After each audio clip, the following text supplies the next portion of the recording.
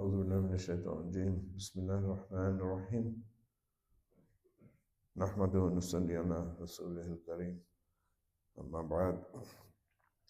Today I'll talk about a few ayats from Surah Al-Mudaththir, where the situation after death and the things people miss what they have not done. Uh, there's some aspect of that and how it relates to the broader issue of the main pillars of Islam. أعوذ بالله من الشيطان الرجيم. بسم الله الرحمن الرحيم. كل نفس بما كسبت رهينة إلا أصحاب اليمين في جنة يتساءلون عن المجرمين ما سلككم في سقر قالوا لم نكن من المصلين ولم نكن نطعم المسكين وكنا نخوض مع الخائضين وكنا نكذب بيوم الدين حتى أتانا اليقين. So the close translation of these few ayat is that Rasulullah is saying that every soul, every individual that will account for what they have earned, what has been their actions. The next ayat is except the companions of the right, except the people who are successful and whose good deeds put them on the right side, and they will be in Jannah, in gardens, questioning each other. So the Ashabul Jannah, they are discussing this about the people who failed, about the criminals, about the um, people who are in the hellfire, and they're asking the inhabitants of Jannah, what put you into the hellfire, into Sakar? So their answer will be, we were not of those who prayed. So they missed Salat, they didn't pray. Nor did we used to feed the poor. They didn't feed the poor. And we used to enter into useless discussion, vain discussions with those who would do that. One aspect would be like overanalyzing some of the ayat, the meaning of religion and Allah's order, and twisting them and wasting their time on those discussions.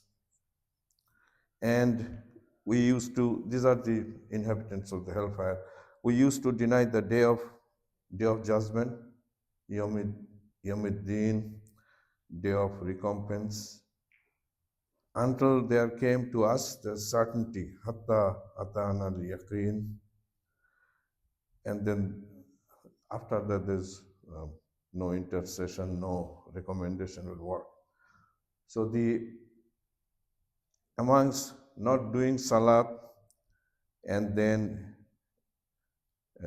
denying day of judgment is this thing, walam naku nut'imul miskin, that they did not feed the poor. So feeding the poor is right along with these major items, denying day of judgment, not praying salat, that typically it falls under sadaqah, helping the poor, feeding the poor. But after they face the consequences, this is one of the items came in their mind that we didn't do this. And this is continuation of the sadaka aspect I discussed a few weeks ago, that in the Surah Munafiqun, there's ayat where the facing death, many people will ask, Allah subhanahu wa ta'ala is saying that do these things ahead of time, because when the death comes, you may ask for extra time. And for what? For going back and doing sadaqah. So, so the missing sadaqah for people who will be successful would be one of the major regret, that why didn't I do more? And of course, sadaqah is connected with zakat, which is required. Sadaqah is voluntary, but zakat is required. And in one of the discussion, I mentioned that Waqimus salat wa atu zakat, this together, salat and zakat, is mentioned 82 times in Quran, and many other places separately, zakat and then sadaqah.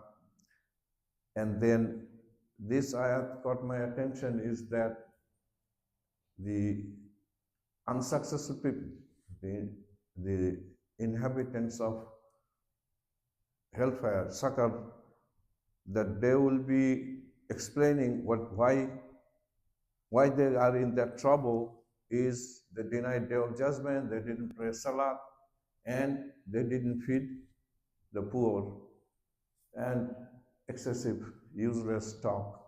So those are the items mentioned by Allah subhanahu wa ta'ala, that discussion between the inhabitants of Jannah and inhabitants of hell. So some of the snapshots of this afterlife ayat to me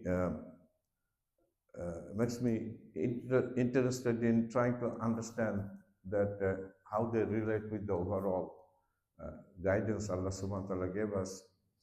And I pray to Allah subhanahu wa ta'ala that Allah gives us the discipline and the strength to do the right things, and allow us to perform voluntary on top of the farad ibadah, the voluntary ones like sadaqah, and sadaqah has many different aspects.